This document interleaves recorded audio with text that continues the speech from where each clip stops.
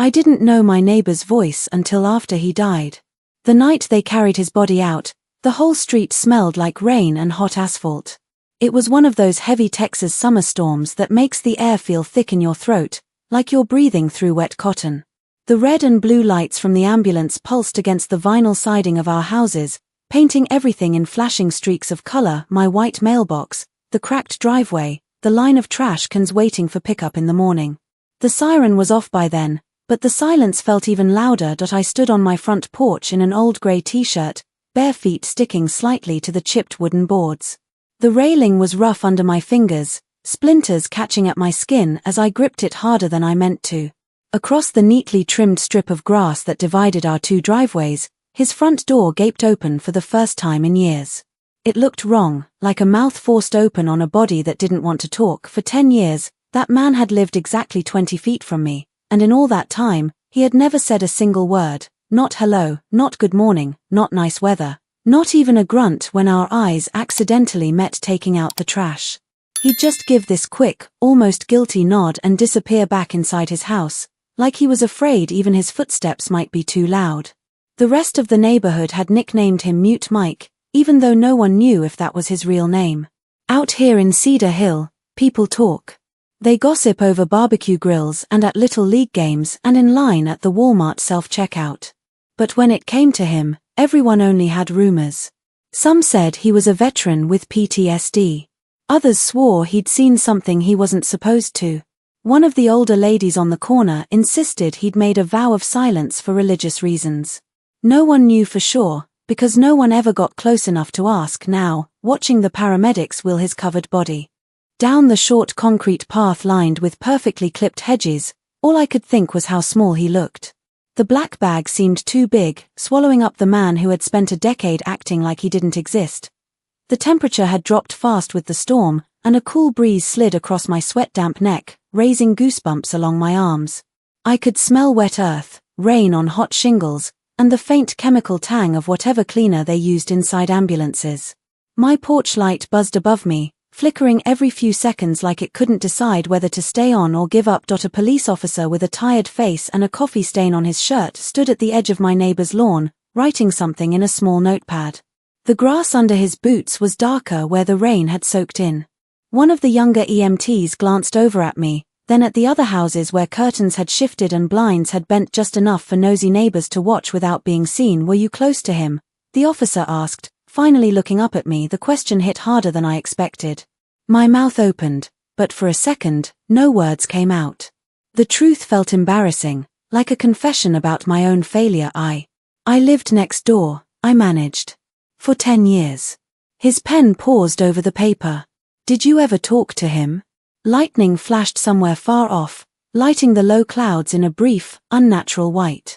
In that momentary glow, I saw my own reflection in the glass of my neighbor's storm door. Wide eyes, damp hair stuck to my forehead, the shape of a person who'd spent a decade standing beside a mystery and never bothering to solve it.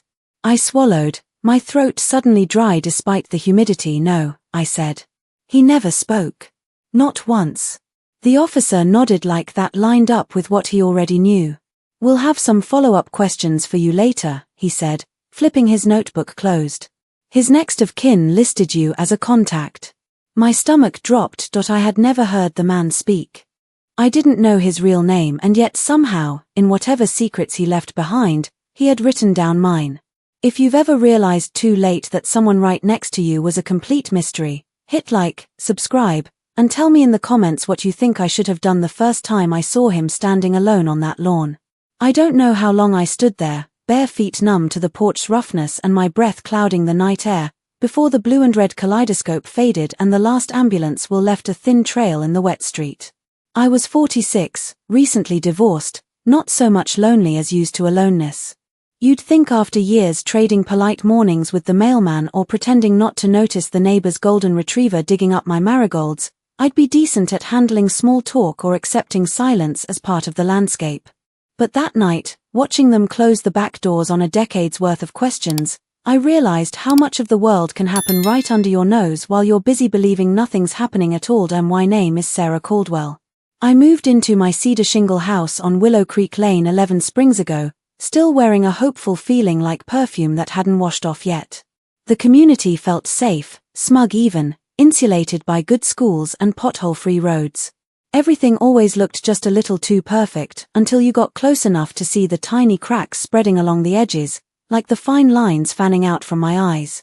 Mike, or whatever his name once was, became part of the neighborhood's unspoken scenery almost right away. I figured at first that he was shy, or awkward, or maybe just plain grieving. After the split with my ex-husband Mark, I gave people plenty of space, keeping my business tucked in behind closed doors. But you can always feel who's watching their windows, even if the blinds never move. He watched. He noticed. He just never tried to step inside anyone's orbit. That first Monday after they took his body away, the rain broke before sunrise. The world outside looked washed, blank slate skies, bird calls too bright, the neighbor kids bundled in puffer jackets biting into the morning chill. I stood in my living room cradling a chipped mug and trying to work up the energy to open his mailbox, which the mailman had stuffed with a week's worth of catalogs and pre-approved credit offers. It felt wrong to even step on his lawn, though code enforcement wouldn't care if his grass grew to my knees. That's when I saw the letter to IT was tucked halfway out of my own mailbox, no stamp, addressed by hand to Sarah Caldwell, the script tense, careful, like whoever wrote it hadn't used a pen in years. My blood hummed, a strange cocktail of curiosity and guilt. I tore it open, hands shaking too much, and a single page fluttered out. If anything happens to me, you'll find what you need behind the furnace. That was all. No name, no greeting. Just that. I stood there, heart pounding in my throat, the paper going damp between my fingers as I tried to replay every encounter I'd ever had with the man next door, the furtive glances, the sudden disappearances, the sense of a presence never quite in focus. Was this meant for me, or did he just pick the closest warm body? I stared at his house, the blinds still drawn, the porch empty. For once, there was nothing to watch, no one watching back. Work that day blurred by in a series of emails, conference calls, and passive-aggressive notes about who left burnt popcorn in the office kitchen. But every time my mind wandered, it circled back to that note. You'll find what you need. What did that mean? Was it an apology? A warning? I swallowed the urge to ask someone, my sister back in Atlanta, maybe, or the HR lady who checked up on me after the divorce, but stopped short every time I glanced at the paper. This was private. This was mine. By 6:45, I was back home, pacing in the kitchen with my cell cradled to my ear. Calling the number left for next of kin. Some distant cousin in Missouri picked up, voice scratchy with disbelief and sleep.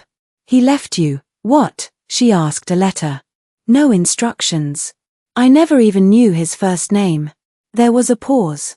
We don't know much, either, she said. He didn't talk to any of us after Mom passed. Sorry, I wish I could help more. It struck me then, whatever story he'd kept folded away, it wasn't just from us. He'd been silent for everyone. I hung up, staring at the letter on my countertop, then grabbed my coat and flashlight. The air had cooled, the sky bruised purple at the edges, and my hands shook as I slid the spare key from under my garden gnome. Maybe part of me hoped I'd chicken out, blame the wind for the way my fingers trembled in the lock. But the click was soft, final.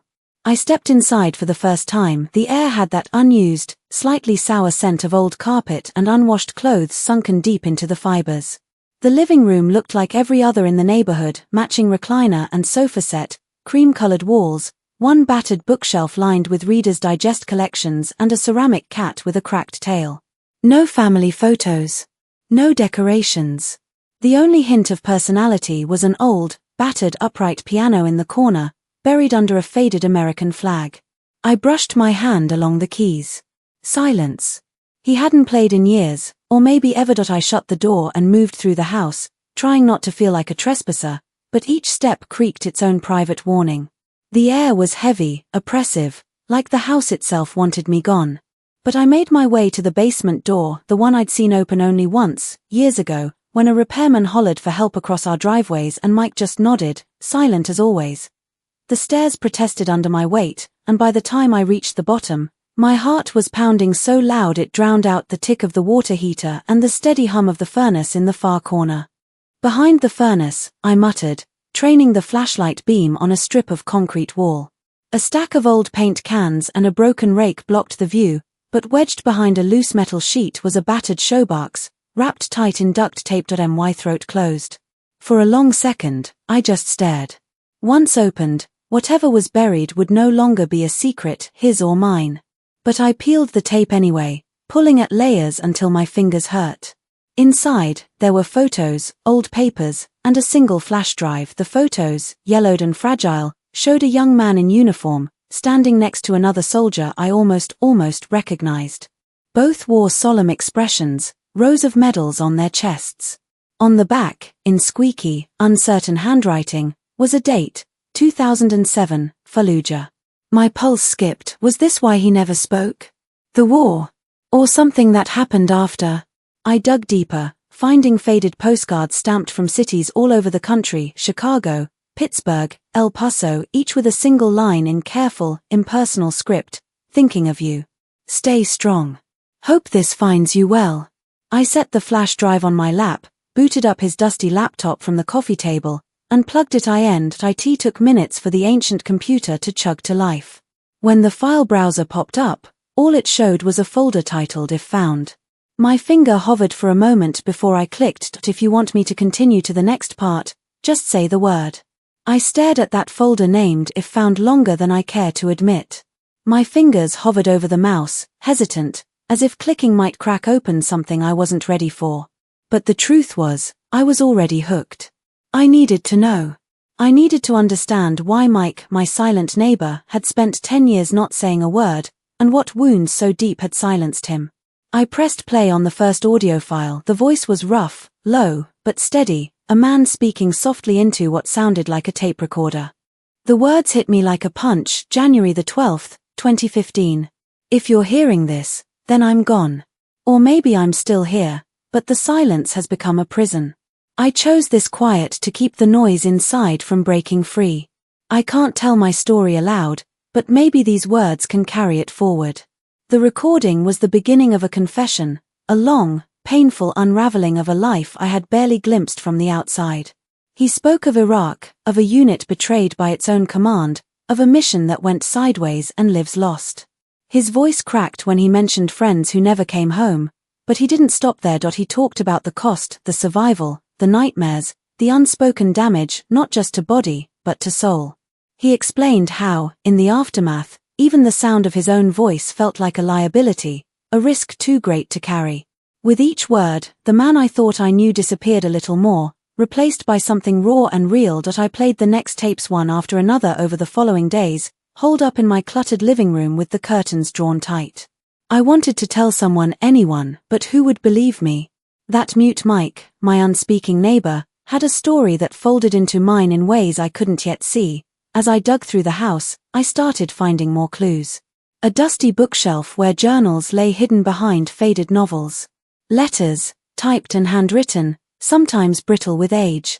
Names I didn't recognize but felt like pieces of a broken puzzle waiting to be joined. Among the pages was a photograph of a young woman, her hazel eyes warm and open, her smile radiant but tinged with sorrow.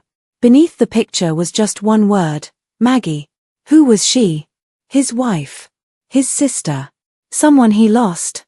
One letter was penned with trembling urgency: I miss you every day, but you have to stay safe. Promise me you'll come home. Each word, each picture dug deeper into the man behind the silence. The more I learned, the more I saw how trauma had constructed an invisible barrier around him, not just to keep others out, but to keep his own pain contained. At tea night, I would sit by my window and look across at his dark house. The porch light was gone now, and the windows were blank eyes staring back at me. But in the glow of my own small lamp, I felt like I was standing on the edge of a vast, silent ocean, one I had to cross, whether I wanted to or not. One evening, I found myself back at the piano in his living room. My fingers traced the keys, releasing the faint echo of notes long forgotten. I thought about all the things he never said aloud: regrets, fears, hopes. Then there was a knock at my door. It was Detective Lisa Monroe, a sharp woman from the Cedar Hill Police Department. Her face was familiar from when she'd stopped me on the street a few weeks earlier after the funeral. She stepped inside without waiting for an invitation. I heard you're the one holding his things, she said, voice low. Listen, I'm not here to pry, But his case, his past, it's tangled up with some things the department never fully untangled. You deserve to know what you're dealing with. I nodded, feeling the weight settle on my shoulders. I'm trying. But it's like every answer only begs a dozen more questions. Lisa handed me a thin folder filled with reports, military inquiries, missing persons, and cryptic memos about a soldier no one could find. They called him a ghost, she said. Not just because he kept to himself. Because he disappeared off the radar in ways that didn't add up. For the first time, I realized this wasn't just about a silent man next door. This was about secrets too big to speak, and the fallout that whispered through the streets in fragments. I looked through the reports late into the night, reading about top-secret missions, accounts of betrayal and cover-ups, and mysterious warnings that never made it to the public eye. And through it all, I sensed a thread running through the pages, a thread that connected me to Mike in ways I couldn't yet name. What was I supposed to do with this knowledge? How far was I willing to go to uncover the truth? The silence had been broken. Now, the story demanded its voice. I didn't expect the past to reach out and grip me with such force.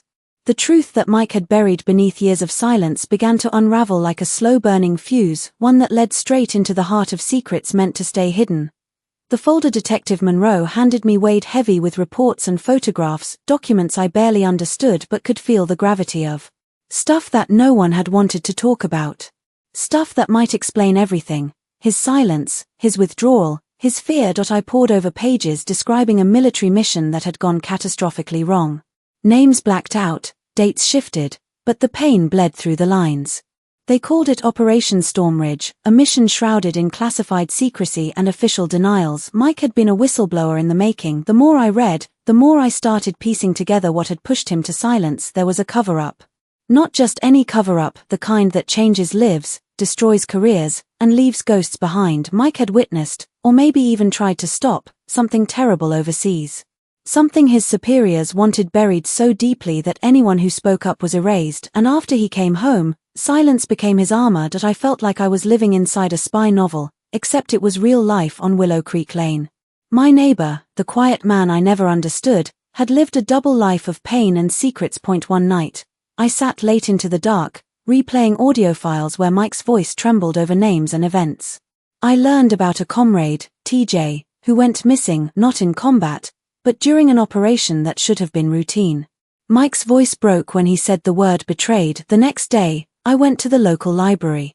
Digging into newspaper archives on Operation Storm Ridge, I found scattered news articles, outdated stories mentioning investigations that fizzled out, witnesses who disappeared, and a military unit disbanded under mysterious circumstances. A rumor hung thick in the air, a whispered story about the Pentagon sweeping the mess under the rug and punishing those who tried to expose it. Why hadn't anyone talked about this before?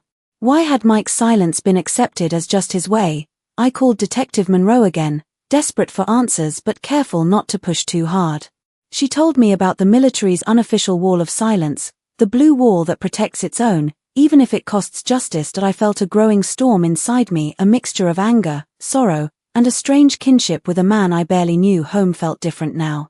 His house next door was dark, empty, but packed with memories I was digging through like bones. I found his old journals hidden in a drawer, pages filled with sketches, thoughts, and please. One entry stood out: every truth I hold feels like a battleground. I fought for my country, but the war didn't end on that sandstorm. It followed me home. The silence isn't just a choice, it's survival. I heard his pain in those words. The silence was a shield, but it also isolated him, turning a community into ghosts passing by without knowing. The more I learned, the more I realized that Mike's final act, leaving those tapes and letters, was a plea. A hope that someone would finally listen, finally see that I wasn't sure if I was ready for what came next, but it was clear, I was now part of his story. And the silence was over. The next days slipped by like a slow-motion unraveling. The weight of what I found in Mike's secrets pressed down hard. He wasn't just a quiet man whose voice was stolen by trauma. He was a whistleblower, a soldier caught in a web of lies, cover-ups, and threats that forced him into silence. I learned about the Military Whistleblower Protection Act, a law meant to protect brave service members like Mike who speak out about wrongdoing. But laws on paper couldn't silence the shadows that chased him after he came home. The act promised protection against retaliation for reporting illegal activities, abuse, or threats to safety. Yet, Mike's story was a brutal reminder of how protections can fail in the face of powerful institutions. He had risked everything to expose what happened on Operation Stormridge, a mission that went sideways in ways no official report would admit. Friends lost, orders hidden, truths buried. And in the aftermath, Mike disappeared behind a wall of silence, the only defense he had left. My role shifted. I wasn't just a neighbor or a bystander anymore. I was a keeper of his voice, the last link in a chain meant to bring light to dark corners. But with that responsibility came fear. What would happen if this story stayed buried? What if it spilled out? Detective Monroe warned me quietly that some people preferred secrets to remain secrets. Powerful people. People who could make silence permanent, but I couldn't turn back. I arranged to meet one of Mike's comrades, a man named Tom who lived 2 towns over. When I sat across from him in a dim diner, the weight of war and loss etched into the lines of his face, I felt the thread tighten. "We lost him long before he went quiet," Tom said, his voice low, scanning the room like he expected ghosts. "That mission broke more than bodies. It broke trust." Mike tried to carry the truth, but it almost crushed him. We spoke for hours about the war, about secrets, about silence. About how sometimes the loudest voices are the ones left unheard. Driving home, I felt the storm gathering inside me, the need to tell Mike's story, whatever the cost. At my kitchen table, I started transcribing the tapes, piecing together the fragments of his life, his courage, and his pain. Every word felt sacred. Every pause a heartbeat of truth, but the shadows were watching. I knew it. As I clicked save on the latest file, my phone buzzed with a message I didn't recognize: "Stop digging. Some stones are meant to stay buried." I swallowed a shiver. This wasn't just about a silent neighbor anymore. It was about justice. About truth. About the cost of secrets in a quiet town. When I first cracked open the folder Detective Monroe gave me, it was like opening a door into a maze I wasn't sure I wanted to enter. But Mike's voice, found on those tapes, had already pulled me in. Now, with the knowledge of the Military Whistleblower Protection Act, the pieces started fitting together. The act, I learned, was designed to protect brave service members who spoke out against wrongdoing or illegal acts in the armed forces. It guaranteed they could make protected communications without fear of retaliation, from members of Congress to inspectors general, and several designated officials. Yet, despite this law, Mike's silence bore out how not even legislation could shield him from the creeping shadows of power and fear. He had risked it all to reveal the truth about Operation Stormridge. The cover-ups, the betrayals, the friends lost in ways no one was allowed to speak about. And when he came home, the threat didn't fade. It morphed into an unspoken menace that followed him into our quiet neighborhood. Late one night, my phone buzzed again with another anonymous message: "Drop it, Sarah. Digging won't bring peace." But for me, peace wasn't an option. It never had been. For years, I'd lived next to a mystery wrapped in silence, and now I held the key. It was his voice and his story that demanded to be heard. I met with Tom, Mike's old friend, over coffee in a small Cedar Hill diner. His weathered face reflected years of loss and regret as he told me about their last days in the military, the mission gone wrong, and the fractures that splintered their unit. "We all wanted justice," Tom said quietly. "But it felt like the system was set to protect itself, not the truth." Driving home that day, rain pattering on my windshield, I felt the weight of a promise I hadn't spoken aloud. I would carry Mike's silence no longer. Days melted into nights as I transcribed his tapes, his confessions spilling out with raw pain and hopeful defiance.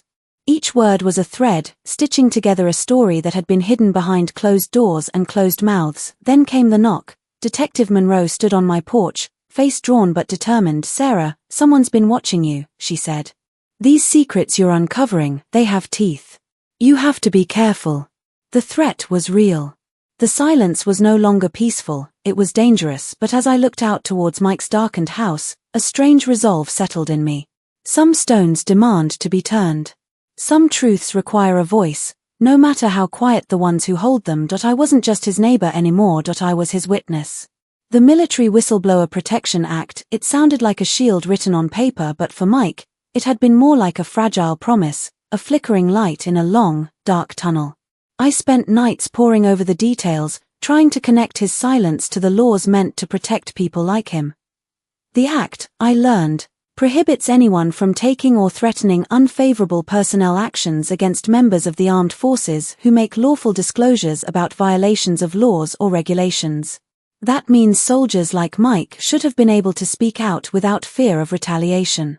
But the reality was more complicated. According to Title 10, Section 1034 of the U.S. Code, whistleblowers can report wrongdoing to members of Congress, inspectors general, or designated officials, protected channels meant to keep them safe. But Mike's tapes revealed a different story: whispers of threats, subtle pressures, and the eerie silence of those who should have protected him. I felt the weight of his courage and his isolation. Detective Monroe's warning echoed in my mind: these secrets have teeth. They aren't just stories, they're battles fought in shadows. One day, a letter arrived. No return address. Just typed on plain paper: truth has a cost. Be ready to pay it. It was a reminder that some wounds run too deep for silence to heal. Determined, I reached out to former military legal counsel and whistleblower advocates, trying to understand Mike's options and what protections he might have had. Despite the legal armor on paper, the path was full of pitfalls: fear of reprisal, career destruction, and a sense that justice could be elusive. But Mike had chosen to fight in his own way, with silence, with hidden tapes, with a plea for someone to listen, and now, that someone was me. Every step I took deeper into his story was a step away from the comfort of ignorance, and closer to a truth that could shake the quietude of our suburban streets. The silence was over. I woke early with a thick fog of determination hanging over me. The truth wasn't going to unfold itself. Every tape, every letter, every shadow in Mike's house was a thread in a tangled web of pain, courage, and betrayal. I needed to understand what had silenced him beyond trauma, what nightmare had chased him home and forced him into quiet. That day, I buried myself in research. The Military Whistleblower Protection Act of 1988, as amended over the years, promised protection for service members like Mike who exposed illegal acts or gross mismanagement. It forbade reprisals against those who reported violations to Congress, inspectors general, or official auditors. The law was clear: retaliation was punishable under the Uniform Code of Military Justice. But Mike's silence, his heavy heart, and his whispered confessions told me this protection was fragile, practically a hope on paper. A 1998 revision had strengthened the act. Military Department inspectors general gained explicit authority to investigate reprisal allegations. This meant whistleblowers had direct channels to seek justice. Yet, Mike hadn't found safety in those channels. Why? The audio files mentioned it in shadowed moments, threats veiled in bureaucratic silence, trusted hands turning away, and the slow erosion of courage under pressure. His protective silence was a last refuge. As I sat back in my worn-out recliner, the lights low, I realized Mike's story wasn't just about war or law. It was about a man who chose silence because he'd lost so much: the courage, the faith in the system, even his voice. I thought about the letters he wrote but never sent, praying for someone to hear, and the photo of the woman named Maggie, his anchor or perhaps his heartbreak. What had happened to the life he left behind? The more I learned, the more the danger of knowing pressed hard. A message appeared on my phone late one night: stop looking. It's not safe. The warnings only fueled my resolve. Detective Monroe told me the military and political powers behind those secrets weren't just cold, they were ruthless. But I wasn't going to let Mike's silence be the end of the story. I started organizing everything: the tapes transcribed, the letters scanned, the reports and laws summarized. This wasn't just about closure. It was about justice. I was ready to tell the truth. One evening, I stood on my porch, looking across the street at the empty house that once held a man's worst nightmares and his last hope. Whatever happened next, I knew one thing: Mike's silence was broken and so was mine. When the case finally landed in my hands, the weight of what Mike had faced hit me with full force. The Military Whistleblower Protection Act, the statute meant to safeguard soldiers daring to speak out, was written for men like him. Title 10, United States Code, Section 1034 protected lawful disclosures about violations or abuses within the armed forces. It prohibited retaliation, from demotions to reassignments, and demanded swift investigations by inspectors general. But Mike's story showed the cracks beneath the legal armor. He was ensnared in a world where promises of protection collided with the harsh realities of military politics, where courage could be punished with isolation, broken careers, or worse. I spent evenings piecing together Mike's silenced voice through transcripts, maps of his military units, and correspondence with legal advocates. I learned that despite revisions over the decades, including significant 2013 reforms expanding protections and procedural rights, whistleblowers often fell prey to subtle reprisals, reassignments, withheld promotions, or pressured silence. Mike's first-hand accounts on the tapes hinted at these betrayals not just by foreign enemies, but by blue-uniformed officials back home. The deepest wound was watching a man fight alone in silence while his truth was buried beneath layers of secrecy and feared. I understood then why he'd left everything unsaid. The silence wasn't mere absence of words. It was survival. Late at night, my phone buzzed again with a warning, "Stop before it's too late." Fear rippled through me, but I turned it into resolve. My investigation wasn't just about Mike anymore. It was a reckoning with the system that failed him and with the truth demanding light. Meeting Congresswoman Lara Benson, an advocate for whistleblower rights, was a turning point. She told me how the Whistleblower Protection Act was a powerful tool but needed relentless defenders to be effective. "Silence feeds corruption," Lara said firmly, "but voices like Mike's can change that." Her words breathed new fire into my mission. Together, we laid plans to expose the cover-ups hidden beneath Operation Stormridge. It wouldn't be easy. The stakes were high, and the opposition fierce, but for Mike, and for every silent soldier hidden behind closed doors, I had to try. Standing on my porch, watching the night swallow the street, I whispered a vow. His silence was over. The more I re-listened to Mike's tapes, the more tangled the story became. Operation Stormridge wasn't just a military mission, it was a controversy wrapped in silence and half-truths, buried deep beneath layers of classified reports and hushed conversations. According to Mike's whispered confessions, the operation had lasted only days, but its aftermath haunted decades. The official story was tidy, a swift, decisive strike that crippled enemy forces and reclaimed lost ground.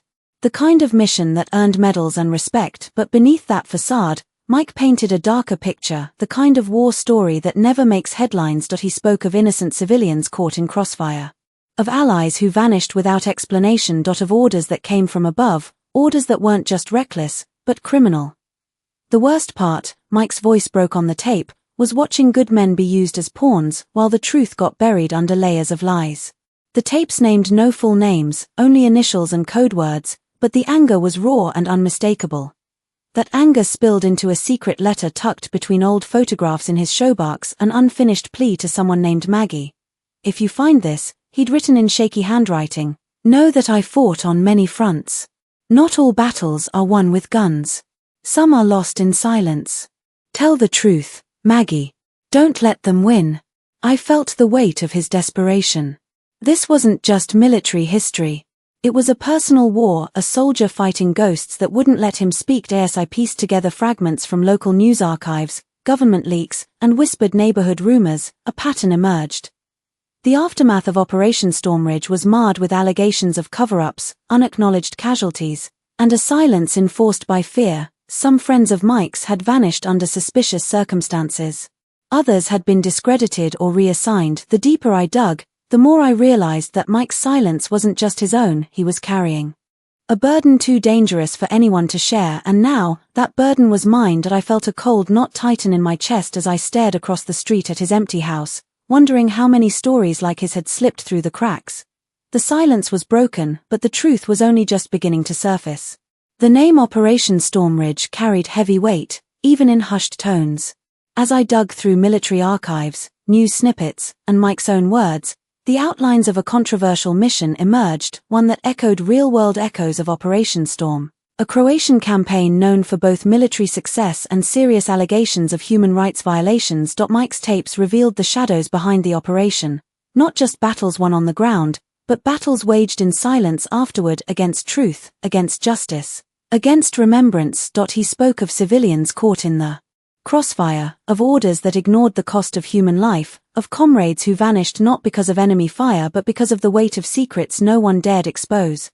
The official files painted one picture: swift victory, minimal casualties, a nation's pride restored, but Mike's recordings told another. There were atrocities, He whispered in one tape, voice cracking. Things swept under the rug. Men twisted by orders they barely understood. And then, us, forced to carry blood we never spilled. His comrades had fractured under the strain, some disappeared, some silenced, others broken. Mike's story wasn't just about war, it was about the cost of silence after war. Each piece of new evidence, every map, every faded photo, brought me closer to a truth that unsettled the comfortable quiet of my street. The empty house next door was more than a home. It was a vault of pain, resilience, and the truth that demanded to be told. I realized then that uncovering Mike's story meant speaking not only for him but for every silent soldier left voiceless by the machinery of war. The silence had been broken. Now, it was time for the world to listen. I couldn't escape the echo of Operation Storm Ridge. It haunted every corner of Mike's story. The more I researched, the more the parallels with real military campaigns like the Croatian Operation Storm became painfully clear. Operation Storm Ridge was a whirlwind, a military campaign that lasted barely days, swiftly changing the landscape of war and leaving behind a trail of unanswered questions. Mike's tapes told of not only battles fought, but lives irreversibly broken. He spoke softly of the faces lost to friendly fire, the whispers of war crimes, and the civilians caught between lines. No one wanted to cross. Official reports lauded the operation as a triumph, but underground, a darker reality simmered. He described how the army's top brass had effectively silenced those who opposed the cover-up, how men who tried to expose the truth faced reassignment, intimidation, or worse. The names faded into initials on paper, but in the tapes, the pain was unmistakable. I found reports of investigations, some promising justice, others stalled or dismissed. The headlines waxed and waned, but the human cost remained buried beneath political expediency. Mike was part of a joint criminal enterprise he never wished to join, a soldier haunted by the cost of victory. I worked late into the night, piecing together testimonies, photographs, and intercepted communications Mike had captured. I felt the weight of his silence more keenly than ever. One faded photograph showed a young man in uniform, heart full of hope. Then another, worn and cracked, showed him years later, eyes hollowed by the invisible scars of war. My quiet street, my peaceful neighborhood, it was tied to a war zone no one here could barely imagine, except through the secrets hidden behind closed doors. And now, by bearing witness to Mike's story, I was part of that battle. The deeper I plunged into Mike's story, the clearer it became that Operation Storm Ridge was no ordinary mission. Although cloaked in secrecy, its echoes were unmistakably real, a potent mix of valor, tragedy, and betrayal that seemed to haunt every corner of my suburban neighborhood. The tapes revealed a once proud soldier caught in a whirlwind where orders blurred the line between right and wrong. The operation was swift, brutal, designed to reclaim territory lost, but beneath the official reports lay unspoken costs, civilian lives shattered, comrades vanished without explanation, and a system that rewarded silence. Why late-night searches uncovered fragments of real history, the complexity of so-called victories that leave behind a trail of suffering. One faded memo described a young officer's struggle between duty and conscience, torn between loyalty to command and the horror unfolding. On the ground, Mike had been that officer. I found a letter from him hidden inside an old book, addressed simply to Maggie. The handwriting was shaky, the message incomplete, but its heart was clear. If you read this, know that the war I fought didn't end where the battlefield stopped. I carry wounds no one sees. Tell the truth. I felt as if I was holding Mike's soul in my hands. The silence that once seemed like distance between neighbors was, I realized, a fortress built with pain and fear. Now, it was up to me to tear it down. I wasn't just some woman in a quiet neighborhood anymore. I was his voice. The deeper I sank into Mike's story, the more I realized the weight of the silence he carried. It wasn't just the war, or the secrets behind Operation Storm Ridge, it was the loneliness of holding the truth alone. And why nights blended into early mornings as I sifted through the tapes, letters, and photos.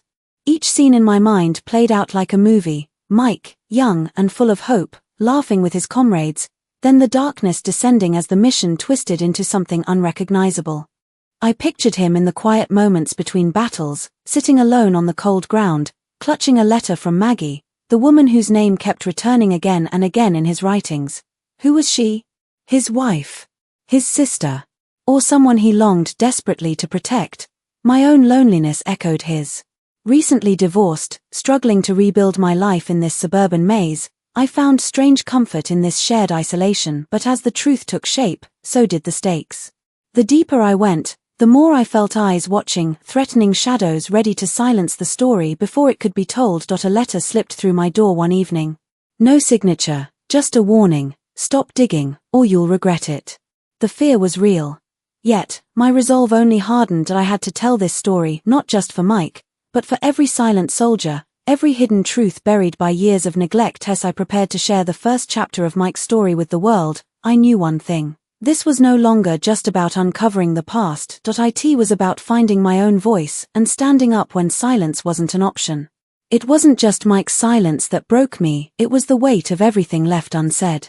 I felt the walls closing in, the tension between wanting to protect his story and needing to set it free. This story wasn't just about war. It was about family. About love lost and found. About secrets that rip through the people left behind. In my small kitchen, I pored over his letters, the notes to Maggie, mysterious and tender, fragments of a life he longed to protect. I could almost hear her voice in my mind, warm and steady, like a lighthouse in a storm. I found myself writing back to him, as if the pages could carry my words across the silence.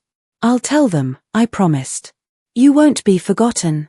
But telling the truth meant more than releasing stories.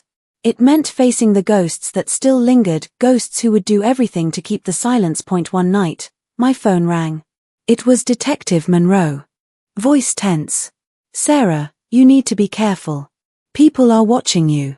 Fear crept in, but it was no match for my growing resolve. This was bigger than a neighbor or a mystery. It was about justice. About giving voice to those silenced too long. I stood on my porch, looking out at the empty house next door. It was no longer a place of shadows but a beacon lighting a path through silence toward truth for Mike, for Maggie, for all of us who refused to stay quiet. The day I finally decided to tell Mike's story, the weight of those years hit me like a tidal wave.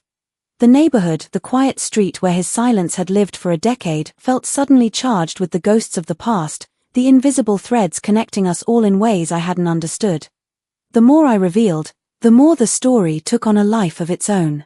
I saw neighbors look with fresh eyes at the house next door, at the man they never really knew, the soldier whose silence was a shield and a scream all at once. But most of all, I felt the shift inside myself. Carrying someone else's silence had been heavy, suffocating even. Letting it go was what I needed to speak for him, and for everyone who'd been asked to stay quiet. When I pressed publish on my op-ed, sharing Mike's story, the echoes were immediate.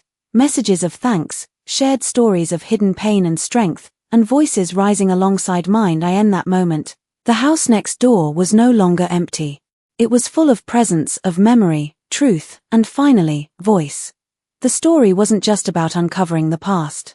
It was about healing, connection, and the courage it takes to break silence. For Mike, for Maggie, for all of us. And standing there on my porch, sunset staining the sky gold and crimson, I felt for the first time that silence was no longer an absence. It was a beginning.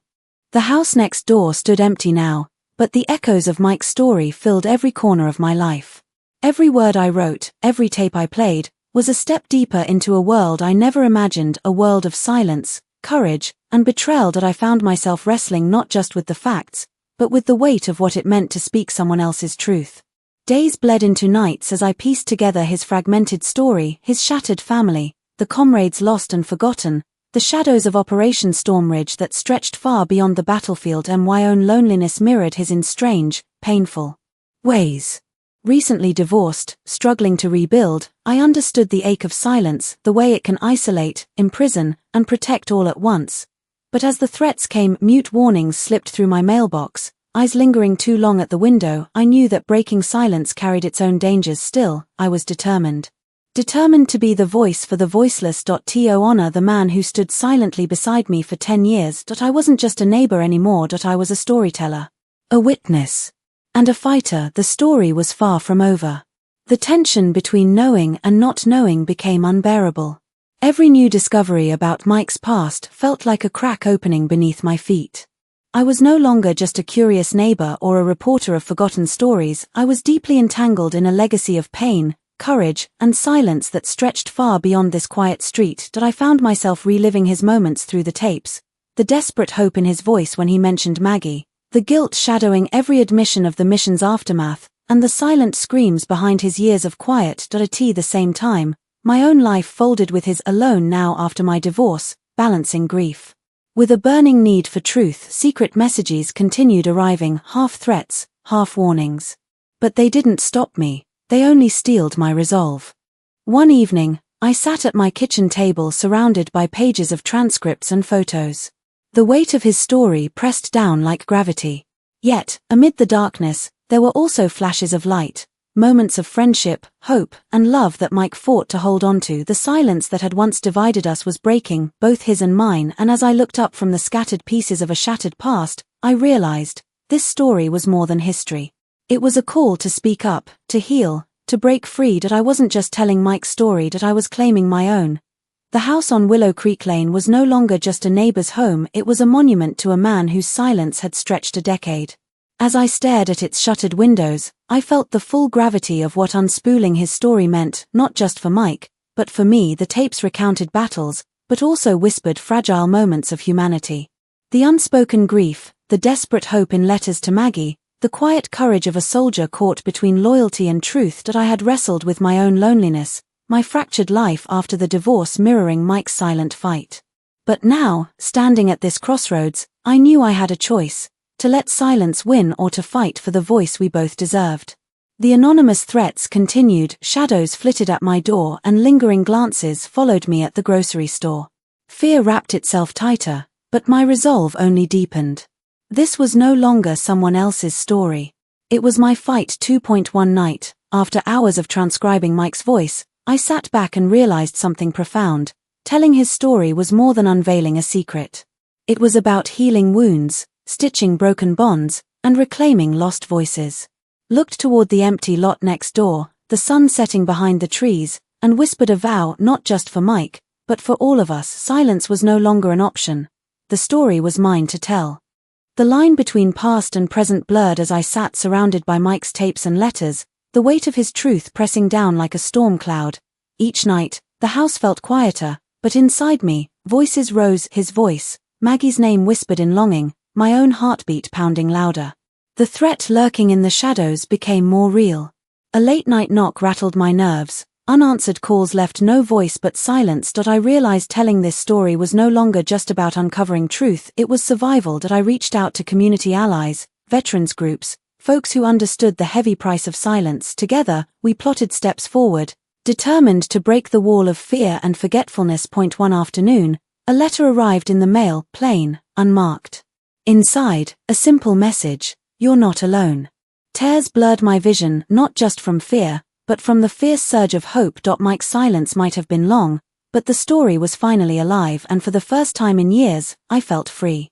The more I uncovered, the harder it became to separate Mike's story from my own. Sifting through his letters to Maggie, the hidden recordings, the scattered mementos, I felt the invisible threads binding us, two souls broken by silence, longing for connection. And my small home became a sanctuary and a battlefield. Fears prowled at the edges, anonymous warnings, shadowed glances, but so did hope. I reached out to veterans support groups and allies determined to break the cycle of silence. Together, we planned to bring Mike's story to light, not as a whisper, but a raw. One late afternoon, the sky bruised with autumn hues. A knock on my door startled me. It was Maggie. Her eyes told the story words could not. Loss, love, unfinished business. "I've been waiting for someone to speak the truth," she said. The story was no longer mine alone. It belonged to all of us who refused to let silence win. I never imagined that standing at the edge of a quiet suburban street could feel like standing on the verge of a war zone.